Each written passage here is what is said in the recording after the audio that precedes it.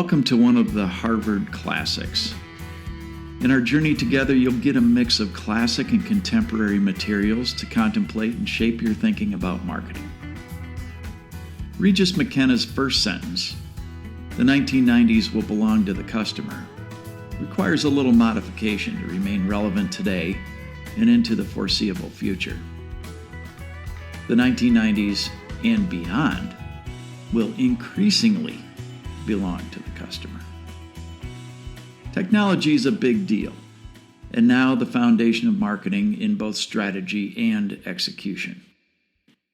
In the mid-1980s, yes, I was there, my IBM PC with 256K of memory, that's K, not MB, and 1 MB hard drive, that's megabytes, not gigabytes or terabytes, was the state of the art in personal computing. I just bought this 10 terabyte external plug and play drive for less than $160. To compare, you'd need 10 million of my 1984 IBM PCs linked together to create the equivalent storage capacity of one of my new 10 terabyte drives. By the way, I paid over $4,000 for my IBM PC, including a dot matrix printer, upgraded graphics, you could draw lines, and the 1 megabyte hard drive upgrade from a floppy disk drive. Crazy stuff. In any case, this trip down memory lane is illustrative of how much technology not only is part of marketing, but how it will continue to define the marketing profession, and because marketing is everything, business strategy and execution too.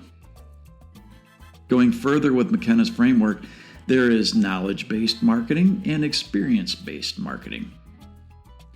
Knowledge-based marketing requires the firm master a scale of knowledge across a number of items, concepts, and ideas. Things like customers, competitors, futuring, etc., all require knowledge gathering and synthesis from a wide array of sources and contexts. It seeks to leverage this scale of knowledge by including the customer in the design process to align with their needs, desires, and strategies, generating niche thinking about which segments to target and to own, developing the infrastructure necessary across suppliers, vendors, partners, users, etc., and do so in a way that supports the firm's brand and differentiation. Experience-based marketing emphasizes interactivity, connectivity, and creativity. It thinks and acts deeply around the customer and the competition to derive new product and service intelligence. It also leverages ever-evolving technologies to make sense of the massive amount of data generated. Both internal capabilities and external partners are important in the firm's evolution of technology application. This puts marketing in the position of being integrator. In the early 1990s, this was a fundamental shift in the role and purpose of marketing. From manipulation of the customer to genuine customer involvement. From telling and selling to communicating and sharing knowledge. From last in line function to corporate credibility champion. The ethical considerations to make these shifts successful are credibility and integrity in all relationships, including those with employees, with suppliers and partners, with customers, and with other stakeholders like investors and the other publics that can surround a business. Marketing's integration across everything makes marketing less of a function and more of a way of doing business, and it's everybody's job to focus on and satisfy customers. Customer satisfaction is the centering point for the organization. and it's facilitated by good segmentation and targeting of a market segment you can own. Ownership of a market translates to leadership in that market. This means you are the dominant force, finding the delicate balance of being customer-driven and being customer-driving. You are attractive to not only customers, but partners and employees too. And it usually starts with a new way of defining a market by thinking about customer needs and desires. Take the original iPod, for example. Steve Jobs didn't say, "I want to make a music device that's about the size of a cigarette package, has a wheel that's not really a wheel, and uses headphones." Instead, he redefined the need by saying, "I want to be able to put 1,000 songs in my pocket." The iPod owned the market of people who wanted to put 1,000 songs in their pocket. In fact, the competition at the time was the Sony Walkman, which could only play one cassette tape at a time.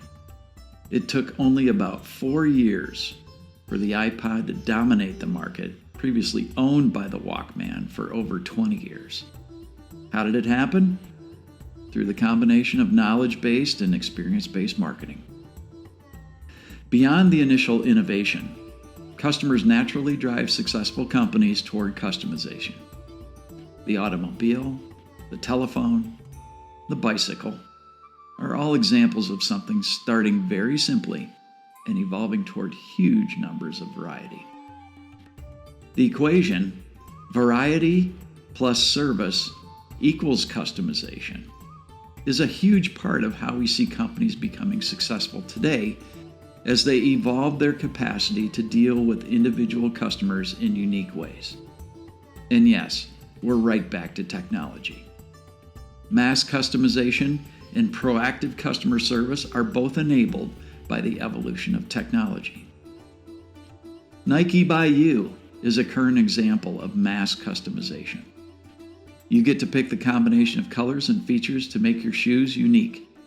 They're still Nike shoes, but they're your Nike shoes, unlike any other.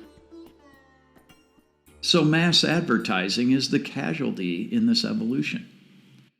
There are simply too many products and too much differentiation to get all messages to all consumers.